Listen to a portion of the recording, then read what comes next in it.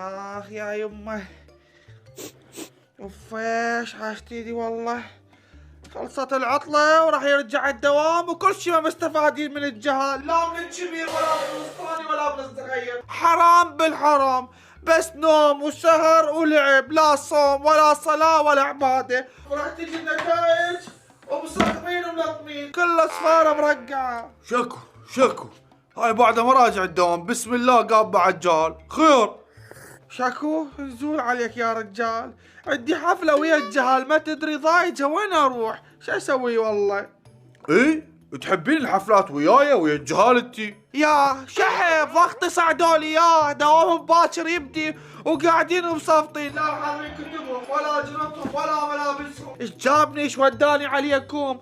لو ماخذه ابن خالتي ومتزوجته كان هسه جهالي كل واحد فيلسوف زمانه والله. يعني ذول الجهال فجأة تبسيسية؟ ايه لا عبالية، عديمين المسؤولية، كله صوتك من بداية الدوام مطيهم عين، شوف من نبغات اسوي بيهم، دخل يبدي الدوام الا اشوي بصل على اذاناتكم.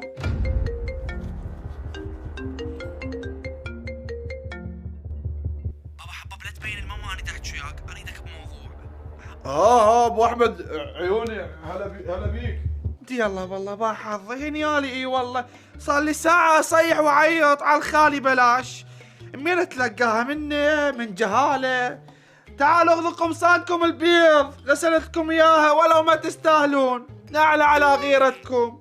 طب بابا حبيبي، بنيتي هاي انتي هم تخافين من امك؟ خابرتك لان ما اقدر اصيحك قدام ماما لان كل صايره عصبيه علينا، تريدنا نداوم باكر من اول يوم، ودائما ورا نصف السنه ما حد يداوم، لا الطلاب لا المدرسين لا المدير حتى الحارس من المدرسه ما يداوم. حباب خلنا نرتاح شويه.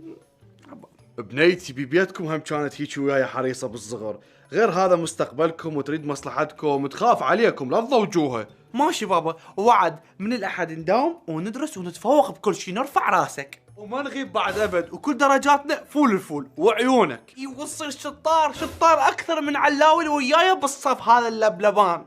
ياك لاوتشيه هاي متفقين علي سوا؟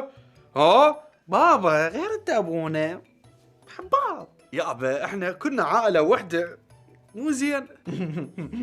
بابا الحلو خوش متفقين، واذا اشوفكم شوي عوجتوا بالدراسه اني حاسبكم. امشوا امرنا الله، اليوم كتلنا عمل شعبي من نومكم. يس يلا يلا هلا ماما لا تسمع. يلا خير يمه، شنو هاللمة الحلوة ما شاء